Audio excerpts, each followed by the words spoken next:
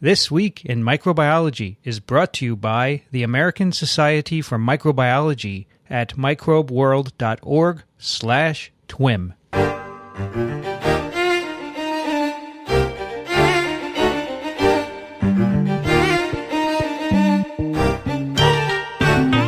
This Week in Microbiology, episode number 100, recorded on March 12th, 2015. Hi, everybody. I'm Vincent Racaniello, and you are listening to TWiM, the podcast that explores unseen life on Earth. Joining me today from Small Things Considered, Elio Schaechter. Well, hello, everybody. Hello again. How are you? I am doing fine. Life in San Diego continues to be nice, except for the drought. Continuing drought, eh? Yeah. Well, you can't have everything perfect. You know, you've got the weather. Yeah, we do. That's perfect. Out here, winter has ended, it seems. Huh. We had a lot of cold weather this year, but it seems to be in the 50s now. Also joining us today from Charleston, South Carolina, Michael Schmidt. Hello, everyone. How are you? Are you in good weather? We had summer yesterday, and fortunately today went back to spring, so I was very thankful. Last week it was in the 20s, and yesterday it was in the 80s, or the 20s if you're thinking Celsius. And it was absolutely Chamber of Commerce weather yesterday, and it's pretty good today. Wonderful.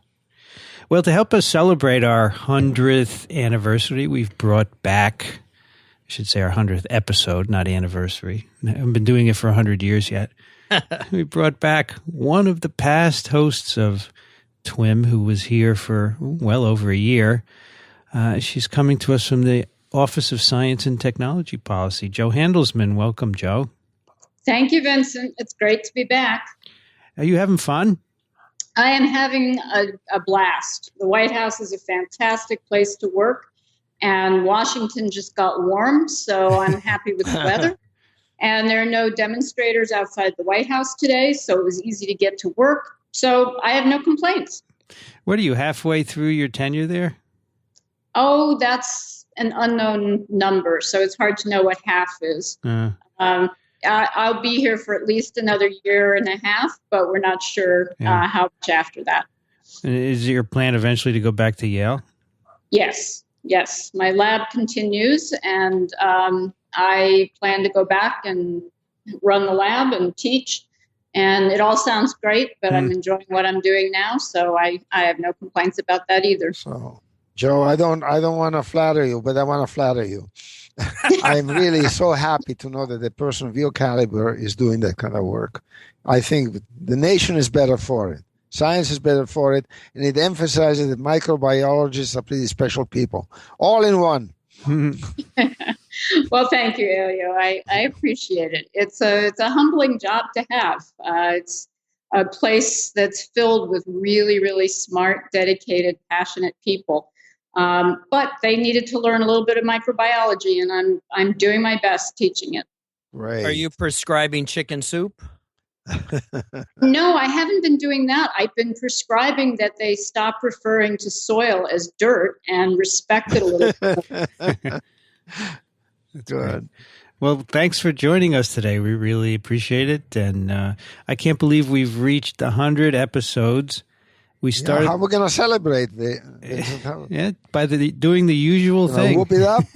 By doing the usual thing. That's the best way I can think of celebrating. We started TWiM on February 23rd, 2011, which is about 4 years ago. And we've had a number of different hosts, but Michael Schmidt has been there with me from episode number 1. That's right. It's been an adventure, and I've learned so much more in the wide discipline that is microbiology than I ever thought I could ever learn, and each day continues to amaze me. Yep, it's been a lot of fun, and hopefully we keep going. So 4 years, 100 episodes, it's about 25 a year. It's every other week, which is what we plan to do. So the math works out. I want to tell you about a new publication from the American Society for Microbiology Press, ASM Press. It's called Principles of Microbial Diversity. It's a textbook for upper level undergraduates who are majoring in microbiology, genetics, or biology, and it provides a solid curriculum for these students to explore the range of biological diversity, specifically in the microbial world. The book's written by Professor James W. Brown, who has taught microbial diversity for over 20 years at North Carolina State University. So an expert has written this book, and it offers a survey of the tree of life that establishes the needed basic knowledge about the microbial world. And this book really fills an empty niche in microbiology textbooks by providing an engaging and cutting-edge view of this field of microbial diversity. This book, Principles of Microbial Diversity, sells for $90, and you can find it at asmscience.org. So today we're going to give you a paper, but first we thought we'd try something a little different. This was Elio's idea, and I'll let him explain it to you, Elio. Okay, all right. Well, as you know, we run a blog called Small Things Considered, and one of the odd things we do in the blog is to ask what we call Talmudic questions. Now, what's a Talmudic question? As we define it, at least, it means it's a question where the whole point is not to get the answer, but to think about the form of the question, because usually there is no answer. You can answer, sometimes there's just no way to know. But the asking the question brings up issues, brings up ways of thinking and attitudes and so forth. And we've done about, 116, where the number is a little bit higher than the number of TWiMs.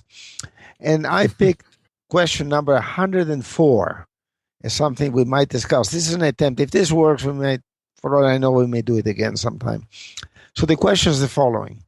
Can you conceive of an entity that can replicate as a cell under some circumstances or as a virus under others?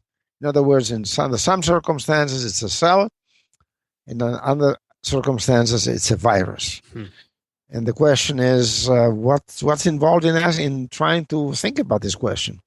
I think everybody can probably think of things. What's the difference between a virus and a cell would be a good place to start. What do you think, Vincent? It all comes down to how we define things, right? And we have defined a virus as an intracellular parasite that has to get inside of a cell in order to reproduce. And viruses lack many things that are needed. They cannot translate mRNAs into proteins. They can't generate energy. As far as we know, they can't make membranes.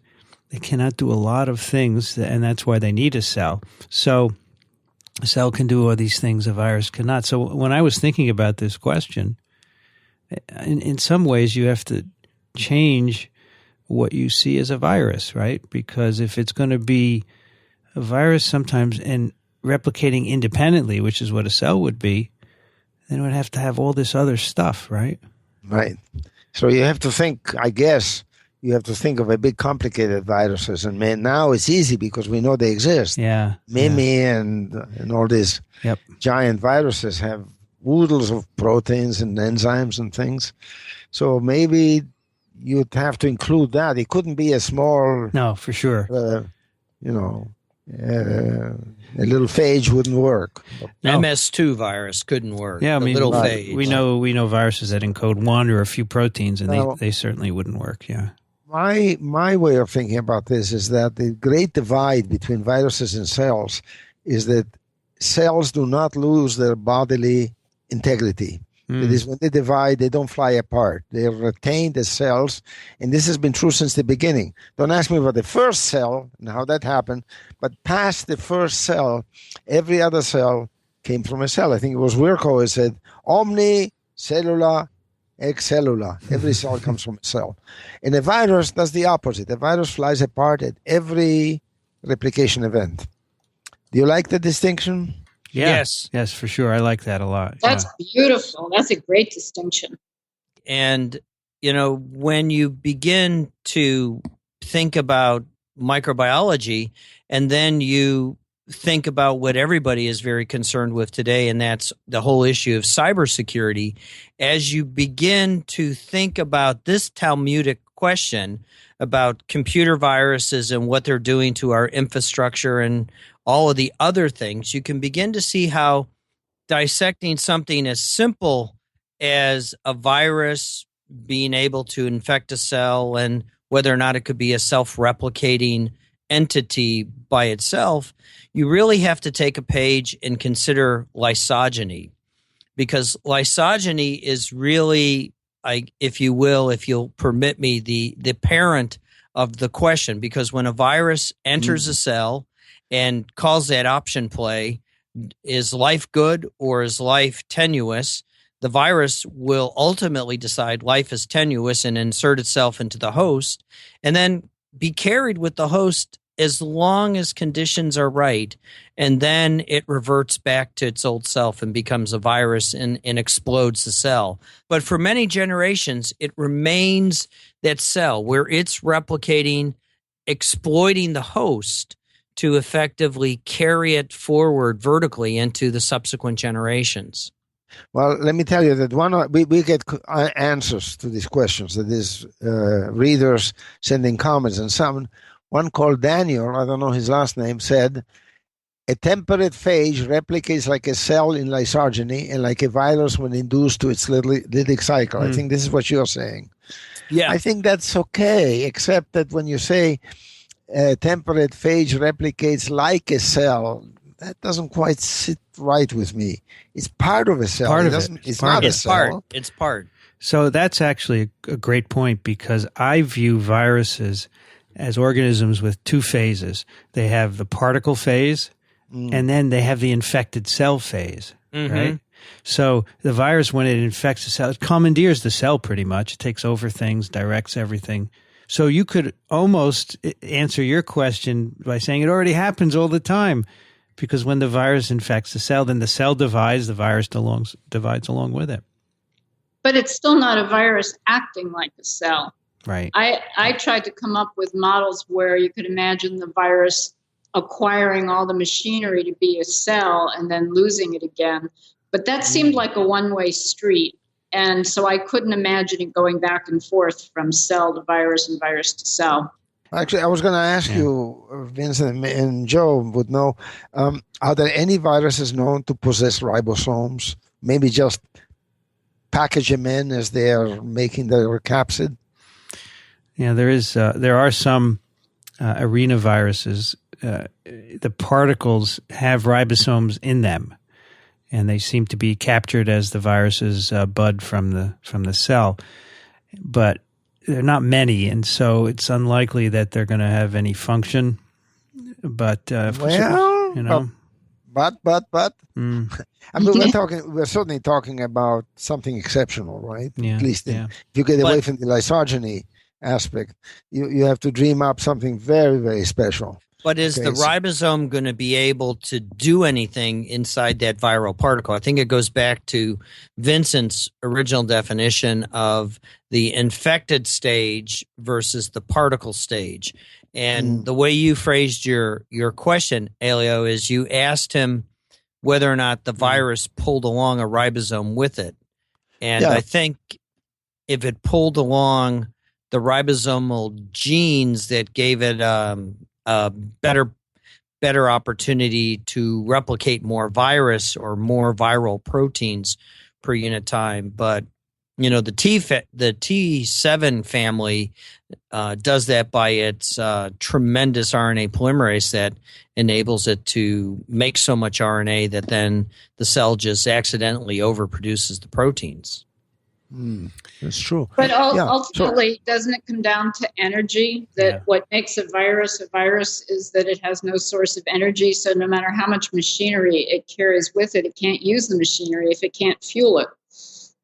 Well, but I would imagine that this hypothetical entity could only grow inside of a cell. That is, it could be like a bacterium, like an endosymbiont. That is, it would acquire ATP from its host and be permeable to it, therefore. So, you know, I don't envisage something that would make colonies on agar. But you can imagine something that becomes something like, you know, a leprosy bacillus, for all I know.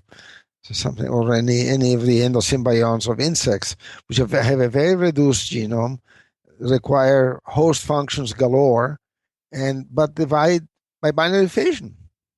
And we've been doing a lot of papers talking about endosymbiotes, and that could almost be the short answer to your question if you strike the word virus.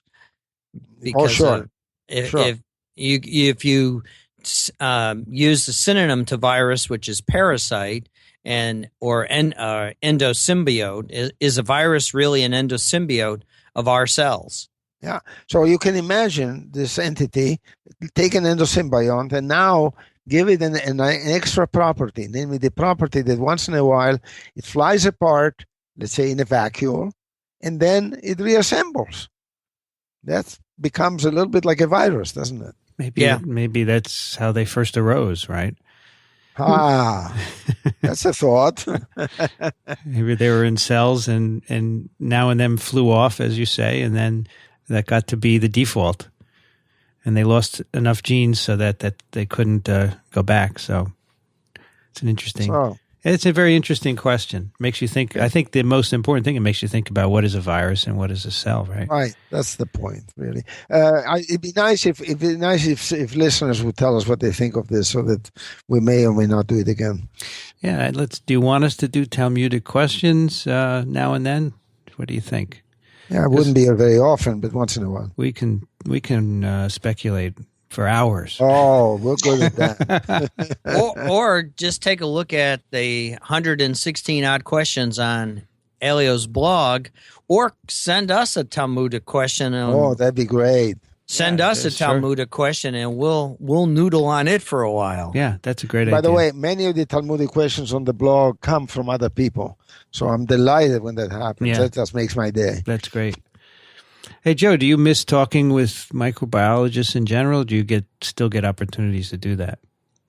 I still get to talk to microbiologists quite often, especially with Ebola raising its ugly head last year. Yeah. We've had a fair amount of microbiology going on at the White House, and I've had a wonderful colleague from CDC, Mei Chu, working in my group in the science division, and she's an Ebola expert and a public health expert. So I actually talk quite a bit of microbiology.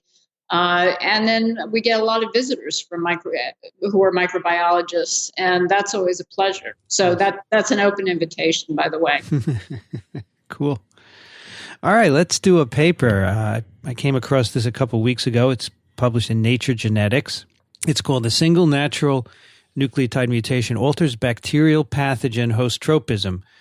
And the first author is David Viana, and the last two authors are Ross Fitzgerald and Jose Peñades, and they are from all over Spain, the UK, and France, from a number of different institutions. And this is a paper which is all about one of the things I really like, which is when microbes change their host and they go into a new host, and that leads to an epidemic in a new species. And everybody knows this is a big public health concern because animals have lots of different microbes in them, and periodically they come over into people. In fact, from the virus world, this is a big deal. I think most of the human virus infections we have all originated from infections of animals that crossed over into us. Most of the time this happened a long time ago, and it's hard to know what changes took place in the organism once it hopped into people to allow it to become an epidemic organism. The most recent one I can think of, HIV, of course, originated probably in the 1920s or so from SIV in monkeys. And we sort of have an idea of what changes had to happen in order for that virus to do well in people. But for the most part, there are multiple changes, and we really don't understand how they work. So in this paper, they look at this question in terms of bacterial host switching. And the advantage here is that they're looking at a bacterium, Staphylococcus aureus, major human pathogen, that apparently went from people to rabbits. And apparently growing rabbits in rabbit trees, that's a new word for me, is a big deal. I suppose people are eating rabbits and using them for other things. So this is grown commercially. And apparently this bacterium has gone from people to rabbits and causes disease, skin abscesses, mastitis in rabbits. And so the question in this paper is, how did this happen? And the cool thing is you can experiment with rabbits, of course, so you can try and figure out what changes occurred. The problem is when you try and do the other, try and understand how a microbe goes from an animal to a human, you really can never know what changes you need because you can't infect people, obviously. That's not an acceptable experiment to do. But going into rabbits is perfect. So this is really the perfect situation. So there's a particular clone of Staph aureus called ST121, which you find in people, and it is the major clone globally that is causing infections of rabbits. So they have they start out simply by saying, let's take 3 human and 3 rabbit isolates of this bacterium, infect rabbits intradermally, and only the rabbit isolates cause infections that lead to skin abscesses. In rabbits. You only need 300 colony-forming units. With the human isolates, if you put 100,000 colony-forming units into the rabbit, you don't get any skin lesions. So this is the kind of phenotype we all want, right? Right. And this reinforces the important point that dose does matter.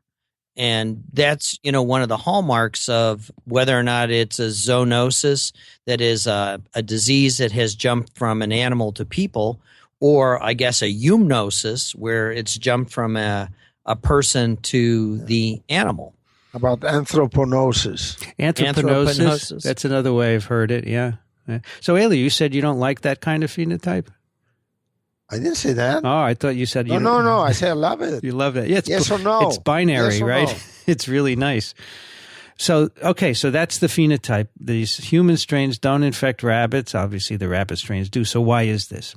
So they start out by saying, well, what's the evolutionary history? How are these strains related? So they'd got 23 strains from 8 countries, human and rabbit isolates of Staph aureus. They did genome sequencing, and then they used the sequences to reconstruct the phylogeny.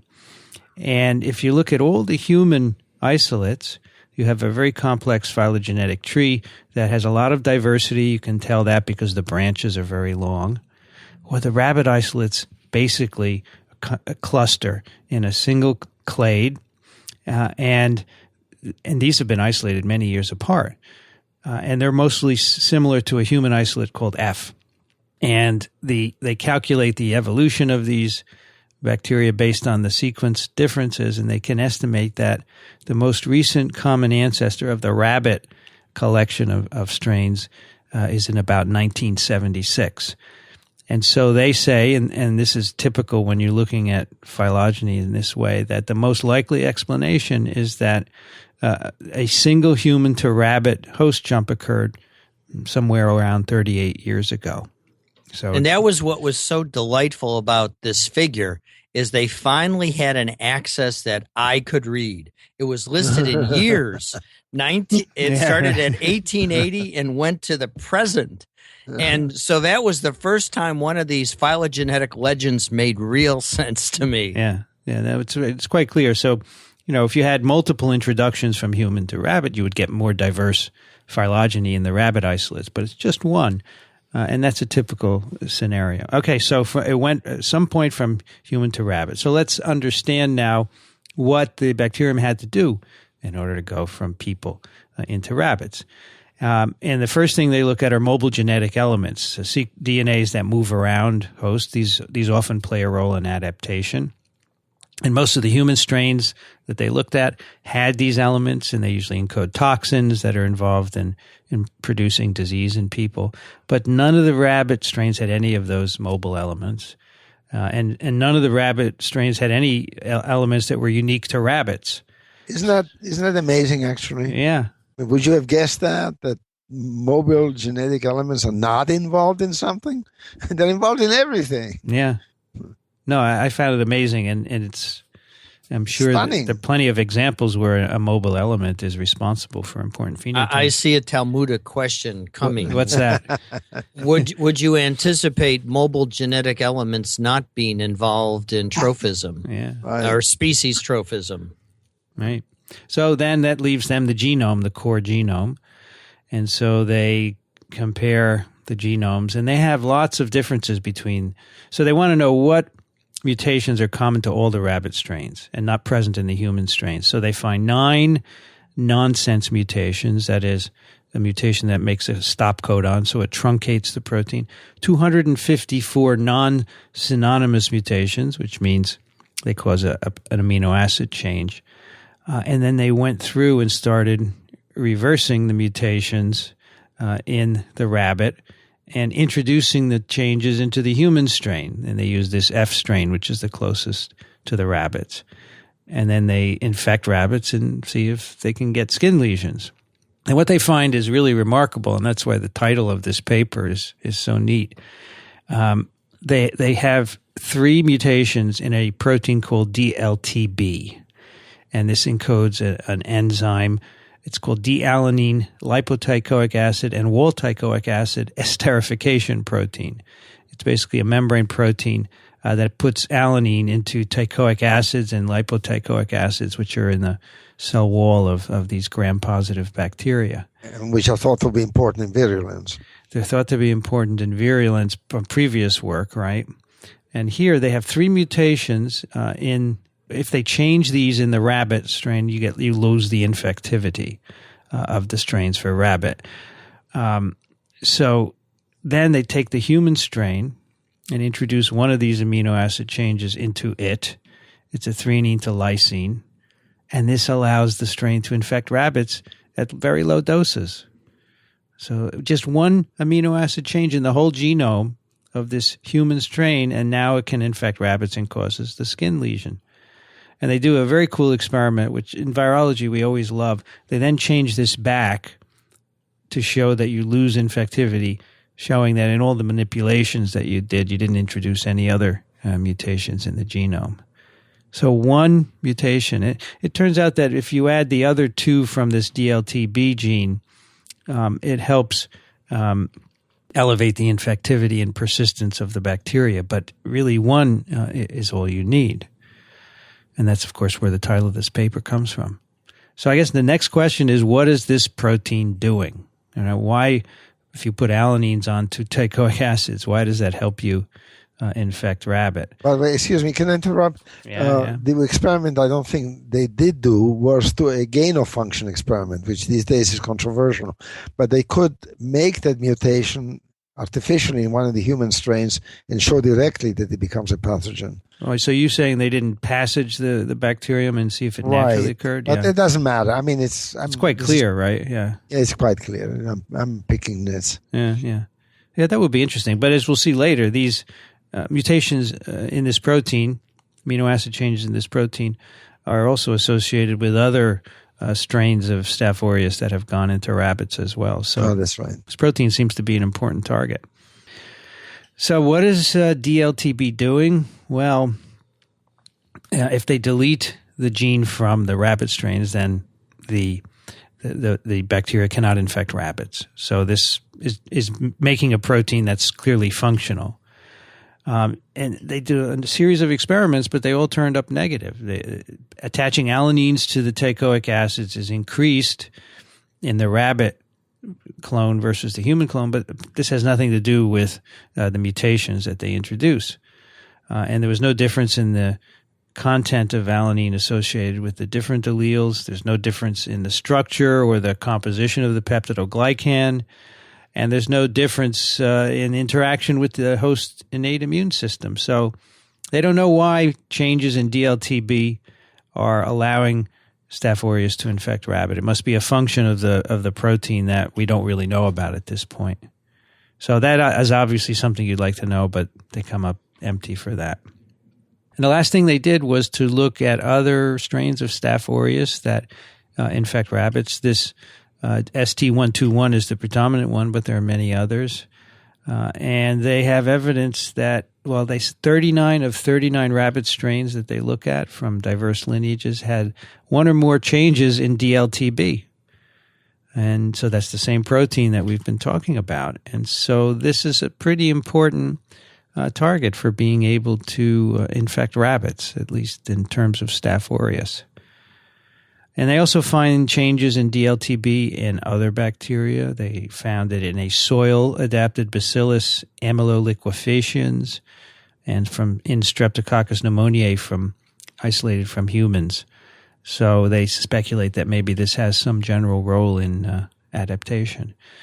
So I think this is pretty neat because not just because it's one change, but you could actually prove this because you have an animal model.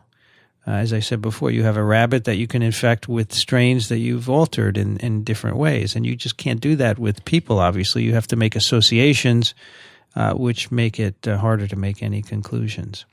And the issue is really the application of this understanding, because you can well imagine how if we understand how to make it a pathogen, we similarly know how to make it not a pathogen. Sure. By changing these. And we could come up with live vaccines are always so much better at developing all the correlates of immunity than the dead vaccines. Mm-hmm. And so you could well imagine how you could make an attenuated strain that would confer potentially lifelong immunity to some of these horrific infections that people get.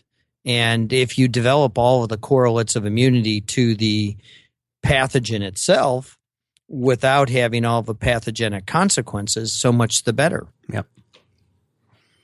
So you like this paper, Joe?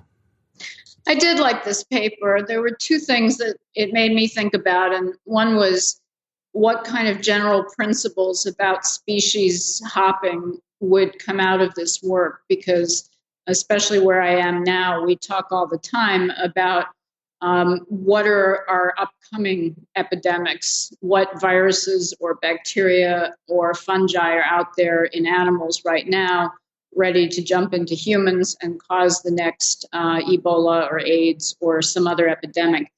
And so I just wondered if we would gain any predictive power from it. What do you think? I think that it probably says for certain bacteria, at least, maybe just gram-positives, we should look at DLTB in general, right, and see if there's a broader indication that this is important. Mm-hmm. And maybe going the other way from other mammals to humans. Yeah, for sure. The other thing that I was wondering about, and this is probably a Talmudic question for Elio, is whether bacteria or viruses have broader host ranges. And, you know, in this bacterial case, we are a little bit surprised when it goes broader than one species or when it jumps to another mammal. But there are viruses that infect plants as well as the insects that host them. So there you're going across kingdoms. But then I was thinking there are some bacteria that infect both plants and people. So I went around and around and I couldn't come to a conclusion. So I figured it was worth asking you guys. What do you think? It's funny you should mention that because a listener sent that question to us a couple of weeks ago. Right, Elio? Caroline Laudermilk asked which tend to have the greater host range, viruses or pathogenic bacteria. There you have it. It hasn't appeared yet. It's number 121. Oh, that's you made it a Talmudic question, right? It's a Talmudic question. It's going to appear, I can tell you, sometime soon. And so you're right, Joe. Some viruses have pretty broad host ranges, but others are incredibly narrow. I'm thinking of polio, which only infects people, right? And smallpox. Smallpox. And if you go to bacterial viruses, on the other hand, gonococci only affect people. T. pallidum naturally only affects people. You know, so it's you can find examples in bacteria and in viruses which are almost mono-host specific, and some which are very broad range. I mean, what's a broader range than Pseudomonas? But And then there are bacteriophage. Most bacteriophage only infect certain strains within a species. They rarely even hop to another species. So there seems to be a kind of blurring. I don't know if there is a clean answer, but maybe Elio's readers will find out the answer for us. That'd be lovely, wouldn't it? I don't know. I think there are probably broad and narrow examples in bacteria and viruses, and it's probably a close race. You know, you'd have to really do a survey, and I think in the end it might come out similar. Mm-hmm. Right? I don't know why it would be different. Well, it's interesting because this has big consequences. It's something to worry about. If you're concerned with what can happen in the future regarding both bacterial and viral infections of people and animals and plants, then this consideration is non-trivial. So I know many examples of viruses that are in people now, and we know where they came from. So we know, MERS coronavirus probably came from camels. We know that Ebola seems to be coming from bats, etc. So can you tell me some recently acquired bacterial infections where we know that these are jumps from animals?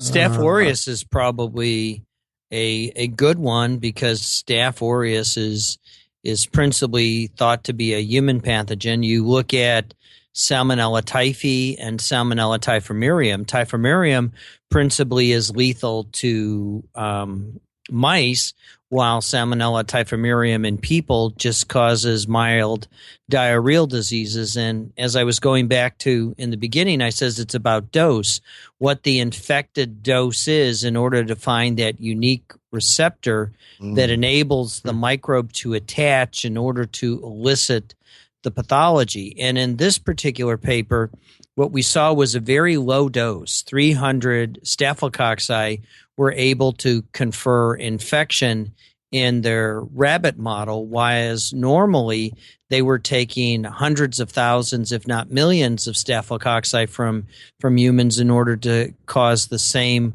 level of pathology. And if you consider how we have to protect ourselves from the foods that we eat, you begin to just go through some of our old TWiMs, looking at when we were talking about listeria and cantaloupes. Yep. I mean, who would have thought listeria and cantaloupes? Because when you teach listeria to medical students, you always talk about unpasteurized milk being responsible. Cheese, the Jalisco cheeses being responsible. And yet here it was a cantaloupe.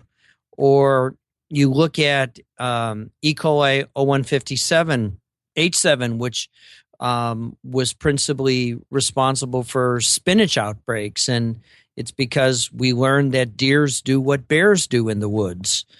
And the net consequence, it was, in the spinach itself, and no amount of washing could eliminate that. Then there was the discussion from the top hits at a recent ASM meeting in which we were talking about the USDA talking about does the man from the USDA wash his pre-washed salad mix? Right. You remember that one? Oh, I do. Yeah. And it's all about dose and how to develop these blocking agents. And it's really absolutely fascinating. And just before I came to do this podcast, I was over at the infectious disease case of the week meeting, and they had the travel clinic come up, and they were, running through the residents of what to do at travel clinic. And diarrheal diseases, of course, are big for travel clinic. And they reviewed the paper on the wonder that is Pepto-Bismol. And there was a study out of Mexico showing if you take 4 tablets of Pepto-Bismol before you travel, you won't get travelers-associated diarrhea. And that therapy actually works. And so the point you're making is that when you compare, when you're asking this question about who has a broader host range, you really have to put it in context of what kind of disease it is, what's the dose, what's the mechanism of pathogenesis, and so forth. Sure. Yeah. It becomes a much more complicated question than I had actually envisaged. Yeah. So that's neat. And to add to the complications, we have to wonder how many of our commensals or just microbial associates are pathogens in other species or vice versa. Sure. And I would bet there's going to be a lot more evidence coming out that we're all carrying, all meaning all species, carrying organisms that don't affect us, but then do affect some other species. Sure. Actually, before we leave the subject, I want to ask Vincent, offhand, what do you think, which is the virus with the broadest host range that you can think of? Infecting. Why he's thinking, I'll give you my answer. Okay. Influenza type A. Yeah, I was thinking of that too. But let's see what a resident expert says. Yeah, I would say that influenza is among the broadest. Yeah. Doesn't that just infect animals, though? It doesn't have any. Yeah, so I would say some of the plant viruses that go between insects and plants would be broad. Yeah. Right. Depends. Yeah, I mean, it depends how you define broad. If you want to go across kingdoms or just have a lot of species. Yeah. Because flu certainly hits a lot of different species, but they're all animals as far as we know. As far as we know, who knows, right? Yeah. Vertebrates. It's an interesting question. But, one last thought about this paper, Joe, is that it's really interesting that it's just one amino acid change that can account for this change of host. I don't know any virus where that's true, and usually it's more than one. So that may mean that it's harder for viruses to jump species in general. I don't think we know enough yet, but I'm surprised that it's just one here. These guys were very lucky. Yeah, I thought this was an amazing result. Yeah. I want to give you some news from the education department of the American Society for Microbiology. The Journal of Microbiology and Biology Education, also referred to as JIMBY, has published a special section devoted to scientific ethics as part of its most recent issue.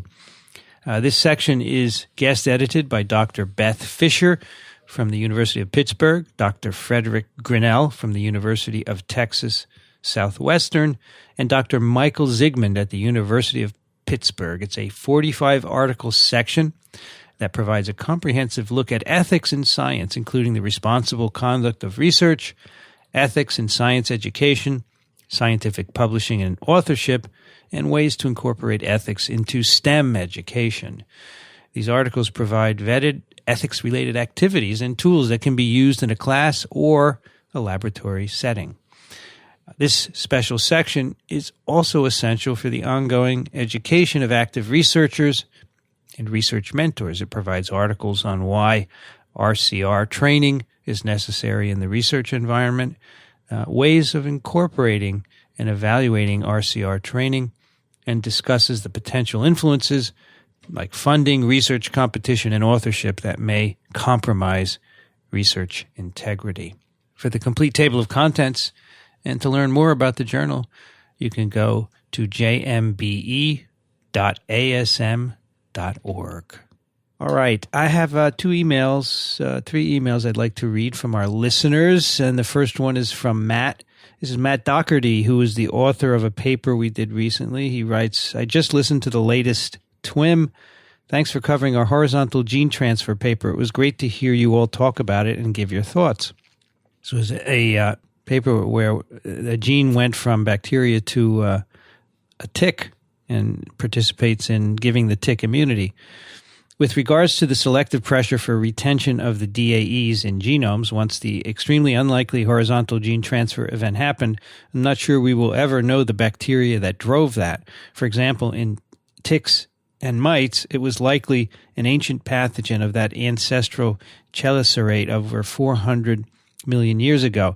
Borrelia is a current bacteria in one lineage of ticks, but is not in other mite and tick species to my knowledge. So while the Day2 gene works against Borrelia in the deer tick, we have to infer that it also works against several other bacteria in these critters. Finding out what these bacteria are and how inhibition of their growth would have driven retention of days is, of course, an active area of study now that we know these antibacterial genes exist in these species. I think that was our last, or the one just before the last TWiM. Right. And Matt was one of the co-authors. Well, Matt, thank you. Nice thought, and it's lovely having met you not too long ago. You did meet Matt, yeah? Yeah. Good. Great guy. Jeffrey writes, perhaps it has already been brought up, but in your discussion of the shipworm bacterial symbiosis, you didn't mention to me a rather remarkable point. This symbiosis involves anaerobic bacteria on the gills, the very point of maximum oxygen saturation, I presume, in the shipworm's body. I would have to suspect that the symbiotic trade-off, at least in part, would have to involve enzymes for shelter for oxygen. What do you think? Wow. So, Elio, this was a little snippet that you brought up, right? That's right. I have no idea what the answer is. This is true. I would guess that he's right. Jeffrey's right that this is the place of maximum oxygenation. And how do you shield an anaerobe from that? Well, it may be anatomic. It may be that although it's in the gills, it's in this part of the gills that's not oxygenated, or maybe it's in a sac. I forgot that. Maybe it's it's shielded from oxygen one way or another, or it has powerful dismutases or something, and a way of handling it. It's a good point. Somebody ought to look into that. Joe, I don't know if you know this story, but we talked about it a couple of weeks ago. These are shipworms that have bacteria. What would you call it anatomically on the gills? And they make proteases that go to the gut and help digest the wood. Not just protease, but glycanases. All sorts of enzymes, right? Wow, what a great They're literally wood-eating machines. Mm-hmm. Just incredible. Wow. And our last is from Jesse, who writes, Dear Wonder TWiMs, I just listened to your discussion of nitrogen fixation on TWiM 94 and greatly enjoyed it. My current research is on Azotobacter vinelandii and its nitrogenases, so nitrogen fixation is close to my heart and mind right now. I hadn't heard about these algal symbioses before, though. A couple things I would add for general interest. Nitrogenase as an enzyme is good for reducing N2, but it can also reduce a lot of other similar-shaped molecules. Acetylene, C2H2, is one, commonly used in assays for nitrogenase activity, but the enzyme, at least some forms of it, and in vitro at least, can also act on carbon monoxide, cyanide, and even carbon dioxide, reducing them to mainly hydrocarbons. So this could be an ancient link between carbon and nitrogen cycles. A hypothesis, anyway.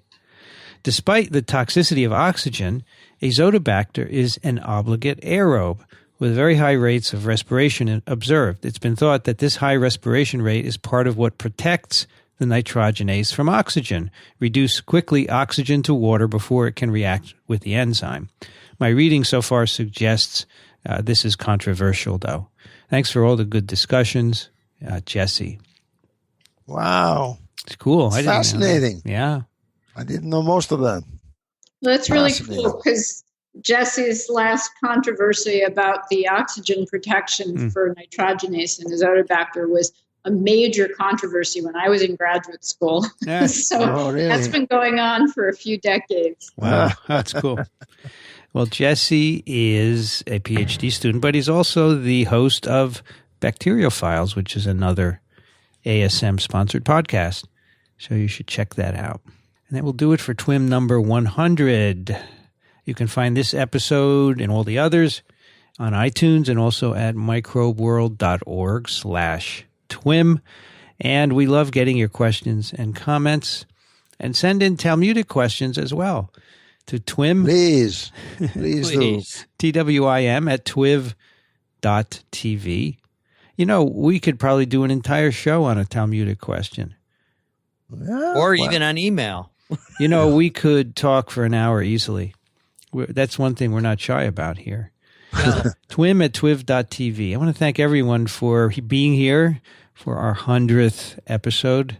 Joe Handelsman at the White House Office of Science and Technology Policy. Thank you, Joe. Oh, thank you for having me. I'm really honored that you let me join the 100th episode with you. Oh, it was great. And I hope when you are back at Yale one day, you can come back more often to TWiM. I think you like it. I love TWiM. It's great. Well, keep on working there in D.C. Hope to see you one day. Okay. When you're in D.C., stop in. Elio Schaechter is at Small Things Considered. Thank you, Elio.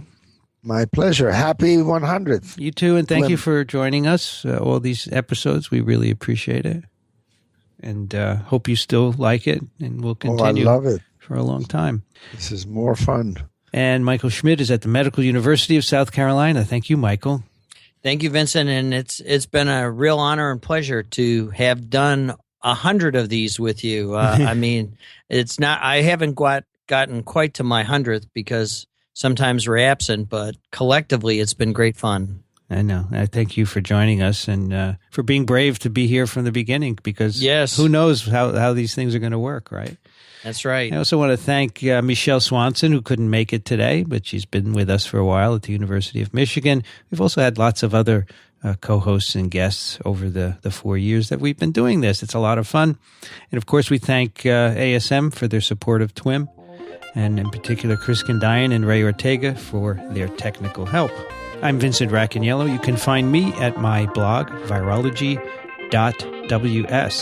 The music you hear on TWiM is composed and performed by Ronald Jenkins. You can find his work at ronaldjenkins.com. Thanks for listening, everyone. We'll see you next time on This Week in Microbiology.